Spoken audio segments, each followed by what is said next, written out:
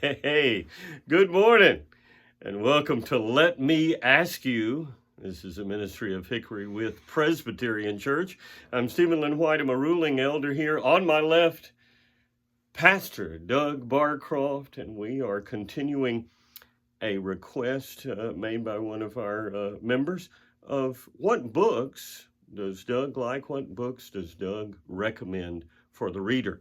This is installation number 2 on this list. And what is the list going to be today, Doug? Yeah, the list is going to be a reading for those that are interested in Presbyterianism and just kind of a guide to some of the reading you could do to become more informed about the Presbyterian denominations.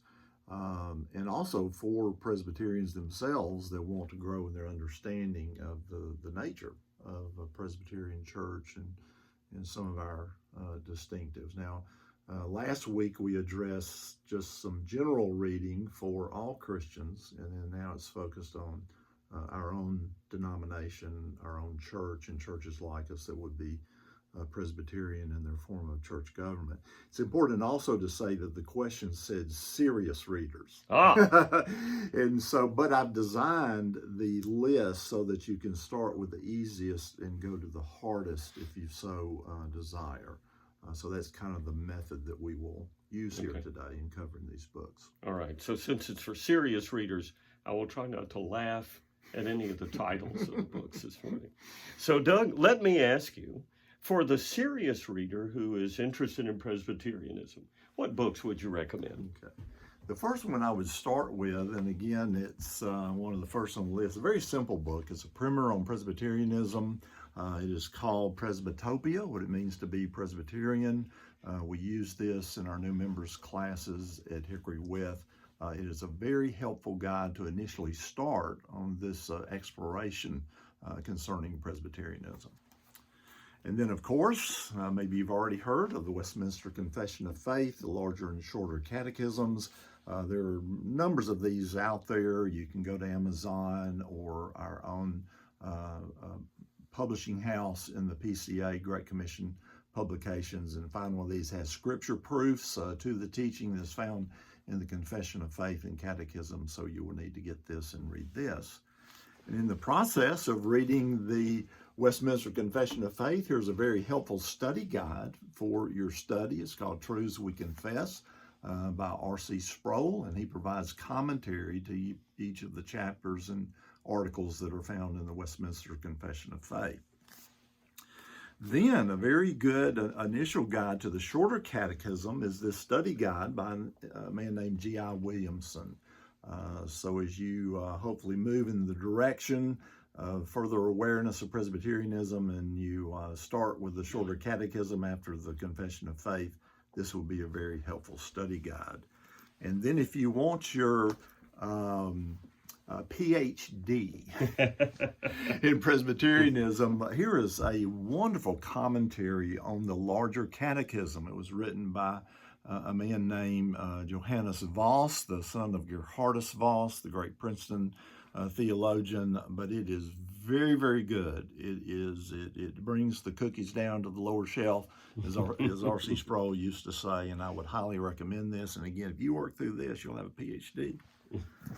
And then, if you really want to get your second PhD or your Doctor of Letters or whatever you want to call it, we've got to recommend Calvin's Institutes to the Christian Religion. Now, there is there's kind of an abridged volume, I think it's by an individual named Robert White, that has recently been done that may serve as sort of an introduction into the Institutes. But there are a number of different translations of Calvin's French, and in this one by Battles is a very good translation of the Institutes.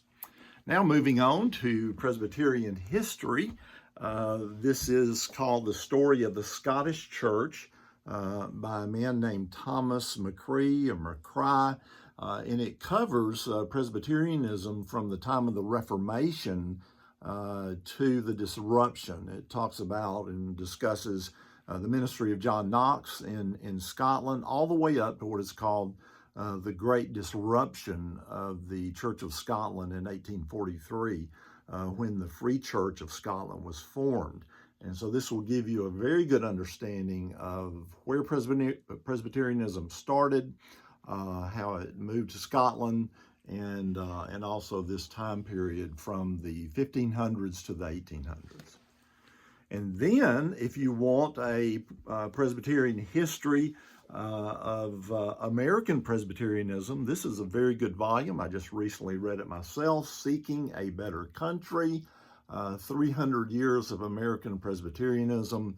And really, with these two historical books, you'll get a very good idea of how Presbyterianism was established during the time of the Reformation, the move to Scotland, and of course, many of the settlers in early America came from Scotland. So if you just get these two books and work through them, you'll have a very good understanding of the history of the Presbyterian Church.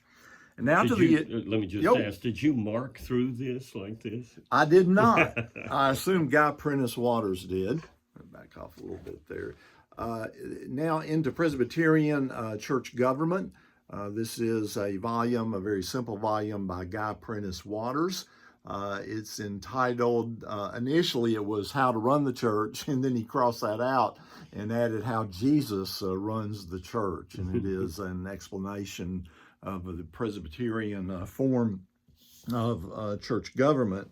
And then another volume that I do not have, it's one that I had and loaned and had to come back. It's out of print now, I think, but you may be able to get it on Amazon. It is called The Apostolic Church, Which Is It? By a Presbyterian minister by the name of Thomas Witherow. I would highly recommend that book for anyone because it goes through the three forms of church government and compares each. And of course, it comes out on the side that Presbyterianism is the biblical form of church government. And then as you go on in your understanding of church government, here is our Book of Church Order for the Presbyterian Church in America that you can work through. And again, if you want your PhD in Presbyterian government, here is The Church of Christ by James Bannerman. James Bannerman was a theologian in the 19th century, lived during the time of the Great Disruption in 1843. He taught at New College in Edinburgh, and this really is the gold standard. It is thick, but it is worth the read. I haven't read everything in here. I've read a lot. There's also kind of a study guide or an abridged work out on this now. I can't recall the name of it off the top of my head, but it is available, and it would kind of simplify some of the things that are here. And now moving on to reading on the sacraments, and here is where I have a number of volumes that I want to recommend. A couple of them have been loaned out and haven't come back, but they're very good in understanding the sacraments as Presbyterians see them in Scripture. The first book is one written by a man named Robert Booth. It is called Children of the Promise, and it shows covenant theology and how baptism is a sign and seal of the covenant of grace. I would highly recommend that book. It's very, very good in taking someone who is non-Presbyterian to at least showing you from Scripture what we believe as Presbyterians in regard to the sacrament of baptism. And again, it allows you to make an informed choice if you are convinced from Scripture that the Presbyterian view of the sacraments is correct. And then also, if you feel like it's not correct, at least you've had exposure to a very good explanation of it. And then I do have this small guide here. It's by Guy Richard. It is called Baptism, Answers to Common Questions. Very readable, very short, takes you through the Presbyterian view of the sacrament of baptism. Very, very helpful. I would highly recommend this book. There's also a work that is out of print now by a minister. I think he lived in the 1800s, and it's called Baptism by Sprinkling. The author is Ben Lacey Rose. And I think you can Google that and get a PDF version online to read, but a very good work. It is very non-confrontational with those who would take a different view and those that would believe that baptism by immersion is the only valid baptism. Ben Lacey Rose, he answers that and shows from Scripture how sprinkling is a valid form of baptism. And then finally, I haven't read this book, but I wanted to give you one on the sacrament of the Lord's Supper.